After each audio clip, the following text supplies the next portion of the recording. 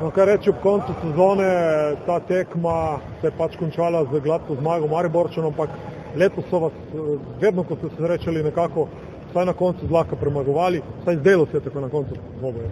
Ja, moramo biti pošteni in iskreni. Maribor ima letos vrhunsko ekipo, Mile je sestavil zelo zanimivo ekipo in so pripomogli tudi številne okrepitve, kot so Fetič in številka 1 slovenskega futala na golu Damir Puškar, kar smo videli proti Špancem, kar mu še enkrat čestitam.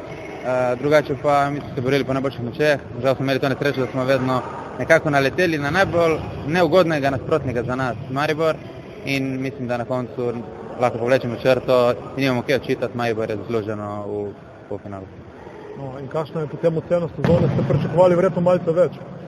Pričakovanja so vedno na začetku višja, vendar skozi sezono pride do določenih trenj, določenih težav, poškodbe, pač tudi realno nimamo tako kvalitetno ekipo, da bi lahko se borili z vrhom. Žal je to tako, ampak kljub temu mi se sezono zadovoljni, prišli smo na Final Four, čeprav z nekoliko lažjim žrebom do polfinala.